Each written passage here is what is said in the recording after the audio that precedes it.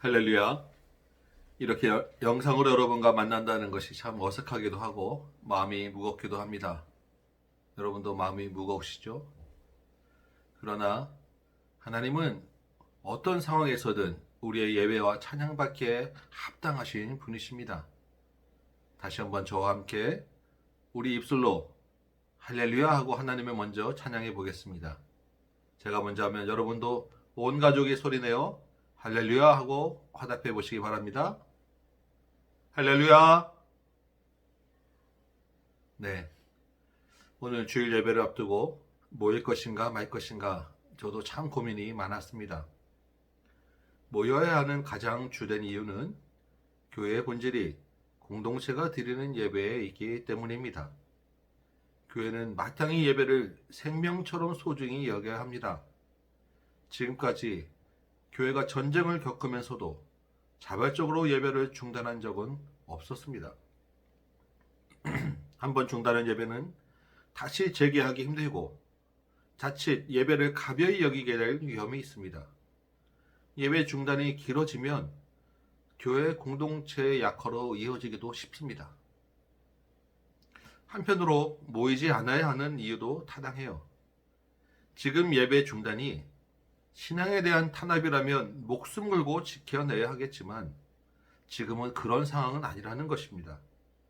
지금 같은 상황에서 교회만 모여 예배하는 것을 고집한다는 것은 오히려 복음의 문을 닫게 할 수도 있는 것입니다. 교회가 신천지처럼 주요 전업원이 된다면 얼마나 심각한 문제가 일어나겠습니까? 이런 상황 속에서 우리가 무엇을 해야 할지 성경적 해석을 얻기 위하여 본문을 좀 바꾸어 보았습니다. 오늘 본문의 배경은 솔로몬이 성전 건축을 완료하고 드리는 성전 낙성식입니다. 성전 건축을 마무리하고 솔로몬이 온 회중을 대표하여 기도하기 시작합니다. 그 기도 중에 22절부터 이런 내용이 있어요. 만일로 시작해서 이 성전에서 또는 이 성전을 향하여 기도하거든으로 이어지는 7가지의 위급한 상황을 구체적으로 나열하고 있으며 그때마다 기도하고 이에 대한 하나님의 도움을 요청하고 있는 것입니다. 22절에 만일 개인 간의 잘못에 대한 송사로부터 시작하여서 36절에 이스라엘이 적국의 포로로 끌려가게 될 때까지 어떻게 하겠다고 합니까? 성전에서 또는 성전을 향하여 기도하겠다는 것입니다. 그러면 그 기도를 들으시고 그 상황에 맞게 치유하고 회복시켜 달라는 기도를 하고 있는 것입니다. 이 7가지는 어떤 상황에서든지 성전에서 또는 성전을 향하여 기도할 것을 말하고 있는 것입니다. 기도하지 못할 일은 없다는 거예요. 더구나 28절 전염병이 있을 때 지금 우리의 상황을 기도할 때라고 기록하고 있지 않습니까? 하나님의 은혜를 구하며 기도하는 저와 여러분 되기 원합니다. 그런데 이 기도들을 자세히 보면 특이한 점이 있습니다. 우리는 성전에서 또는 성전을 향하여 기도하는데 하나님은 어디서 들으신다고 합니까? 23절, 25절, 30절 또 밑에 나머지도 똑같습니다. 주는 하늘에서 들으시고 하나님은 하늘에 계신다는 것입니다. 하늘에서 들으신다는 거예요. 18절을 볼까요? 하나님은 하늘과 하늘들의 하늘이라도 담을 수 없는 크신 분이신데 어찌 이 조그만 땅의 성전에 하나님을 가둘 수 있겠냐는 것입니다. 우리의 눈과 머리는 크신 하나님을 다 담을 수 없습니다. 하늘을 향하여 기도하라고 하면 우리는 막연해질 수밖에 없고 우리가 아는 다른 형상을 만들 수밖에 없어요. 하나님이 우리를 위하여 우리와 함께 하신다는 상징으로 성전을 허락하신 것입니다. 20절 그 크신 하나님이 이 성전, 이 땅의 한 구석에 있는 이곳을 향하여 내 이름을 거기에 두리라고 하셨습니다. 그 크신 하나님의 눈이 주야로 이것 성전을 향하여 보시겠다고도 하셨습니다. 여러분이 믿는 하나님은 어떤 분이십니까? 하늘의 하늘이라도 담을 수 없는 전능한 하나님, 크신 하나님 맞지 않습니까? 우리는 비록 성전을 향하여 기도하지만 하나님은 하늘에서 들으십니다. 언제든 어디서든 들으실 수 있고 어떤 상황에서든 치유와 회복시켜 주실 수 있다는 것이 우리 기도의 믿음인 것입니다. 전염병으로 다 죽어가고 성전에 갈 수 없을 때라도, 적국의 포로로 끌려갔을 때라도 그곳에서 성전을 향하여 하나님의 이름을 기억하고 하나님께 기도하면 그 하늘에도 하나님이 계시기에 하나님이 들으시고 고치시고 회복시켜 주실 것입니다. 그러면 지금 우리는 어디 있는 성전을 향하여 기도하면 되겠습니까? 강서구 등촌동 공항도로 443번지를 향하여 기도하시겠습니까? 아닙니다. 그곳은 예배당입니다. 예배를 위한 건물이지 성전이라 할 수 없어요. 마태복음에서, 요한복음에서 이미 우리 여러 번 보지 않았습니까? 우리 구주 예수님이 새 성전으로 이 땅에 오신 것입니다. 예수가 십자가에 달리실 때 옛 성전 휘장이 찢어졌어요. 이제 옛 성전의 시대는 끝났다는 것입니다. 하나님의 아들 예수 그리스도가 새 성전으로 우리 안에 계신 것입니다. 어떤 상황에서든 우리는 예수를 의지하여 예수의 이름으로 기도하면 되는 거예요. 멀리 상징으로 계시던 하나님이 이제 직접 우리 안에서 우리와 함께 하셔서 우리의 기도를 들어주실 것입니다. 길을 걸어가면서 예수의 이름을 부르시기 바랍니다. 기쁠 때나 슬플 때나 욱하고 올라올 때, 힘들고 두려울 때 예수님을 찾으시기 바랍니다. 지금 전염병의 위험 앞에서 마땅한 백신도 없고 하루가 다르게 늘어나는 확진자 수만 바라보며 언제 어디서 전염될지 몰라 두려워하는 이때 다른 사람들은 손 씻고 마스크 쓰는 것 외에 할 게 없을 이때 예수 성전을 모신 우리는 예수의 이름으로 기도할 수 있는 것입니다. 우리에게 주신 특권이요 사명입니다.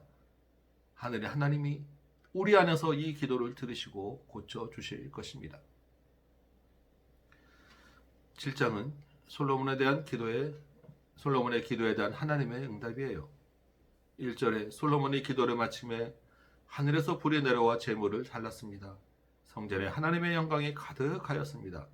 왕과 백성이 축제의 예배를 풍성하게 드렸습니다. 그러고 나서 12절 밤에 하나님이 솔로몬의 꿈에 나타나셨습니다. 내가 내 기도를 듣고 이것을 내게 제사하는 성전으로 삼았다. 약속의 말씀을 주시는 겁니다. 13절 14절 저와 여러분이 한 절씩 번갈아 교독하겠습니다. 제가 먼저 읽겠습니다. 13절이에요. 혹 내가 하늘을 닫고 비를 내리지 아니하거나 혹 메뚜기들에게 토산을 먹게 하거나 혹 전염병이 내 백성 가운데 유행하게 할 때 14절 여러분이 있습니다. 시작. 내 이름으로 일컫는 내 백성이 그들의 악한 길에서 떠나 스스로 낮추고 기도하여 내 얼굴을 찾으면 내가 하늘에서 듣고 그들의 죄를 사하고 그들의 땅을 고칠지라. 아멘.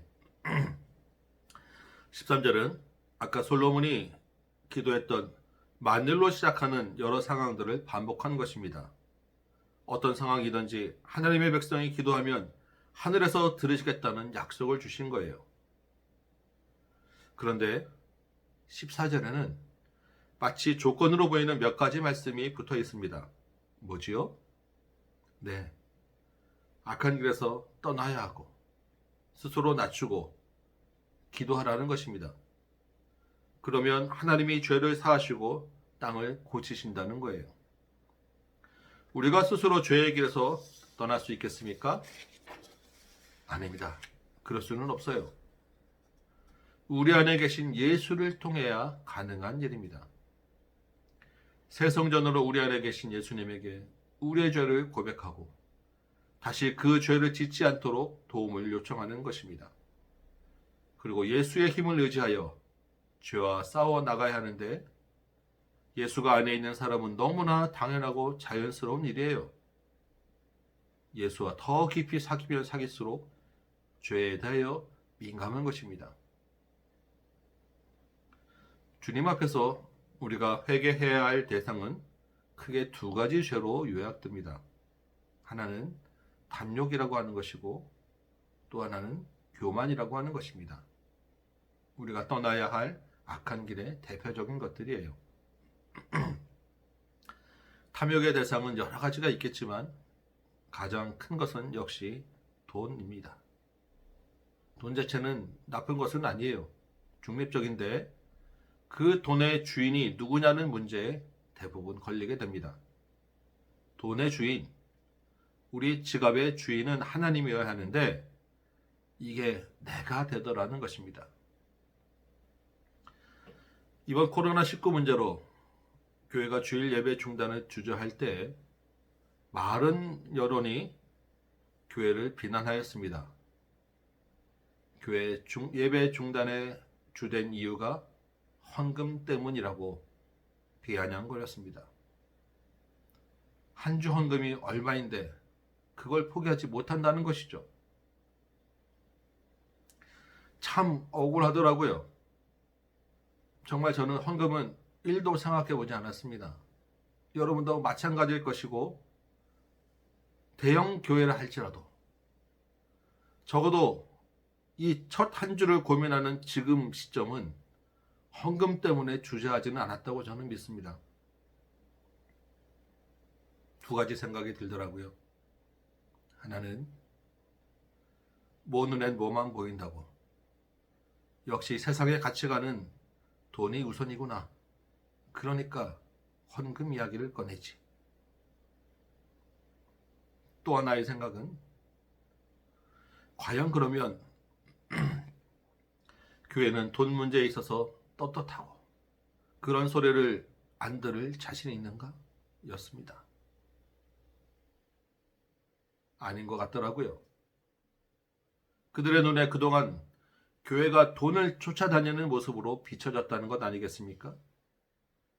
그들이나 교회나 별반 차이가 없었다는 이야기로 들렸습니다. 이것은 몇몇 대형 교회의 잘못으로 돌릴 문제가 아닙니다. 여러분은 어떠십니까? 여러분의 지갑의 주인은 누구입니까? 세상에 인식하는 교회의 가장 기본은 바로 우리 각 개인입니다. 그들과 같이 붙어서 같이 생활하는 소위 교회에 다닌다는 사람이 돈 문제에 있어서 자기들과 별반 차이가 없었다는 이야기인 것입니다. 지갑의 주인을 하나님께로 돌려드린다는 것 쉽지 않은 일이에요. 그러나 평생을 두고 반드시 싸워야 할 중요한 문제입니다. 우리 진지하게 한번 돌아보시기 바랍니다. 교만이라고 하는 것은 스스로 자신을 높이는 것입니다. 자신을 높이는 것은 자기 이름을 드러내는 것입니다. 그런데 오늘 본문 7장 14절 시작은 내 이름으로 일컫는 내 백성이라고 이야기합니다.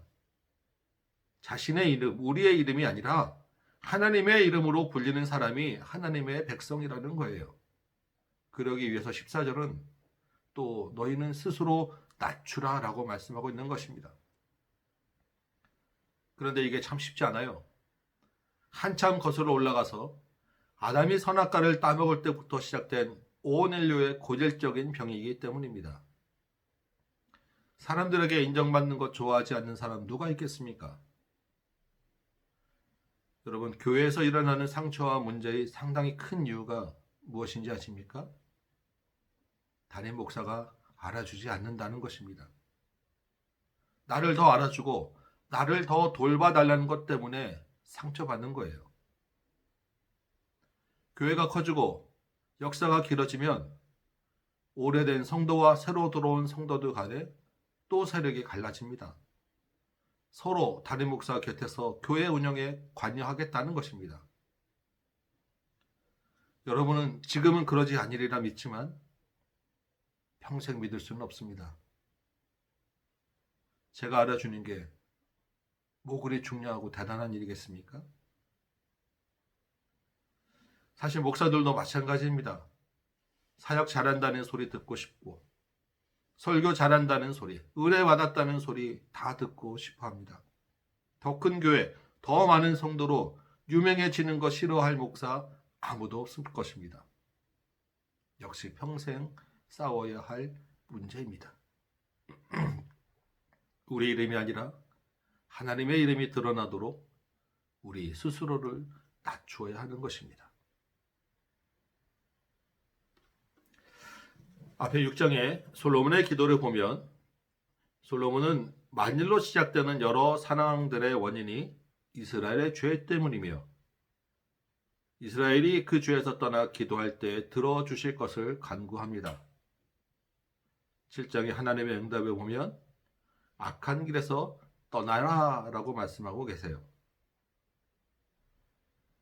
우리 믿는 성도는 우리에게 일어나는 현상을 바라볼 때 그 뒤에서 역사하시는 하나님을 바라보아야 하고 하나님의 마음을 읽어야 합니다. 그리고 그 뜻을 따라 행하고 구해야 할 것입니다. 이번 코로나19라는 질병에 휩쓸면서 주일 예배 중단이라는 지금까지 겪어보지 못한 일을 만나게 되었습니다. 하나님은 이 일에 대하여 어떤 말씀을 하고 계시겠습니까? 우리는 무엇을 어떻게 해야 하겠습니까? 이 일에 대하여 우리는 어떤 신앙의 틀로 해석해야 하겠습니까? 이 질병의 원인과 확산은 우리 인간의 잘못에 있습니다. 잘못된 식습관, 건강에 대한 지나친 욕심, 비위생적인 생활, 다른 사람을 생각하지 않는 태도, 거기에 이단 문제, 필수품을 사재기 하는 비도덕적 양심, 거짓말, 서로를 향한 비난까지 인간의 총체적인 죄의 모습이 다 얽혀 있습니다. 선하시고 노하기를 더디 하시는 하나님이시지만 더는 두고 볼 수 없어서 보내시는 경고가 분명합니다. 이러하여도 너희가 내게로 돌아오지 아니하였느냐? 안타까운 심정입니다. 거기에 하나님을 대적하는 이단에 대한 진노의 메시지까지 들어있는 것입니다. 그러나 거기서 끝은 아닙니다. 세상과 이단만을 향한 것은 아니라는 것입니다. 교회와 성도, 하나님의 백성에게도 하시는 메시지가 있다는 것입니다. 우리가 먼저 회개하라는 것입니다. 세상과 구별되지 못하고 돈과 탐욕을 쫓았던 것, 우리 이름을 내고자 드렸던 예배와 신앙생활, 세상에 대하여 스스로 의롭다고 교만하면서 복음의 책임은 다하지 못한 것, 그래서 이단에 넘어가고 영혼을 이단에 빼앗기는 것을 방치한 것, 정직하지 못한 것, 우리가 돌이키고 기도해야 할 책임이 분명 있는 것입니다. 감사한 것은 그럼에도 불구하고 하나님이 이곳 성전에서 성전을 향하여 기도할 때 우리의 기도를 들으신다고 약속하신 것입니다. 그 성전이신 예수가 우리 안에 계신다는 것입니다. 이 예수를 의지하고 이 예수의 이름을 힘입어 저와 싸우시기 바랍니다. 예수의 이름으로 기도하시기 바랍니다. 우리 각 개인의 죄를 돌아보고 가정과 교회와 사회의 죄, 우리 민족의 죄를 가지고 하나님 앞에 나아가는 저와 여러분 되시기 원합니다. 특별히 6장 28절, 29절을 읽다가 마음에 큰 감동이 되는 한 구절을 발견하였습니다. 28절에 만일 이 땅에 기근이나 전염병이 있거나 할 때 지금 우리의 때 아니겠습니까? 29절은 한 사람이나 혹 주의 온 백성 이스라엘이 기도하면 들으시겠다고 하였습니다. 한 사람이라도 기도한다면 그 한 사람의 기도를 들으신다는 것입니다. 얼마나 감동스러운 말씀입니까? 저와 여러분, 한 사람의 기도를 들어주시겠다는 거예요. 우리 한 가정, 우리 작은 한 교회가 기도하면 들으신다는 것입니다. 예수의 이름을 의지하여 기도하는 저와 여러분, 우리 다음 교회 되기를 간절히 소망합니다. 그리고 돌이켜 악한 길에서 떠나고 스스로 낮추는 저와 여러분 되기 원합니다. 주께서 하늘에서 들으시고 이 땅을 고쳐주실 것입니다. 주님의 크신 은혜를 구하는 한 주 되기를 주님의 이름으로 축원합니다. 아멘. 우리 찬송 한 장 같이 부르고 말씀 생각하며 결단하며 회개하며 같이 기도하도록 하겠습니다. 찬송가 279장입니다. 279장 인내하신 구세주여. 우리 저와 같이 부르도록 하겠습니다. 찬송가 279장 같이 찾으셨습니까?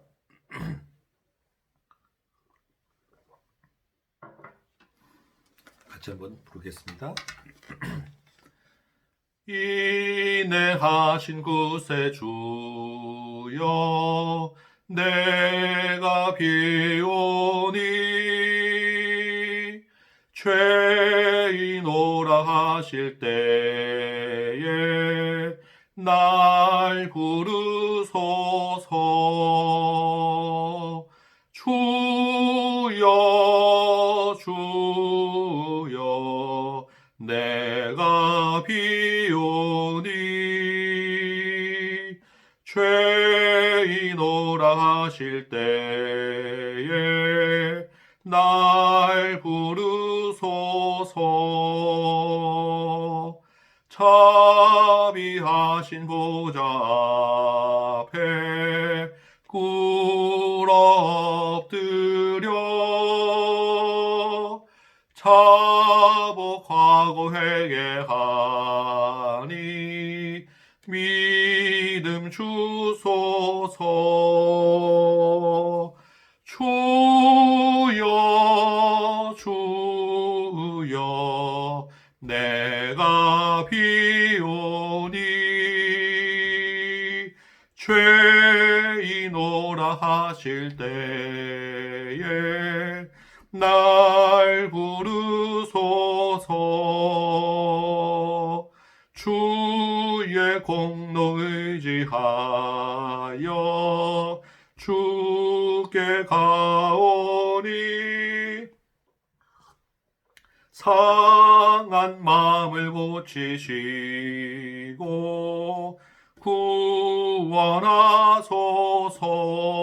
구원하소서. 주여 주여 내가 비오니 죄인오라 하실 때에 날 부르소서. 만복 근원 우리 주여 위로하소서. 우리 주와 같으시니 어디 있을까.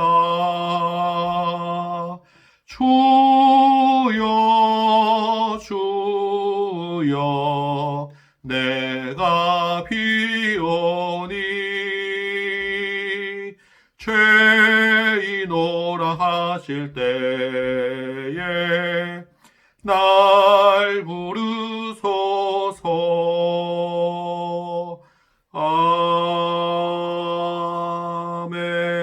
아멘. 아멘. 우리 이 시간 말씀을 생각하며 회개하는 마음으로, 애통하는 마음으로 우리의 죄를 위하여, 우리 가정과 우리 교회의 죄를 위하여, 우리 사회와 우리 나라와 우리 민족의 죄를 위하여 회개하며 기도하도록 하겠습니다. 그리고 주께서 우리 기도를 들으시고 이 땅을 고쳐 주옵소서. 우리가 이제 악한 길에서 떠나 주의 복음 전하며 성결한 삶 살겠사오니 주여 우리를 인도하여 주옵소서. 우리와 우리의 자녀를 이단에서 건져 주시고 이 땅에 예배가 더 흥황하게 하여 주옵소서. 속히 우리가 함께 모여 주님 앞에 찬양하며 예배하는 그날을 보게 하여 주옵소서. 우리 같이 한번 한 목소리로 기도하고 예배 인도자께서 마무리 기도하시고 주기도문으로 모든 예배를 마치도록 하겠습니다. 기도합니다.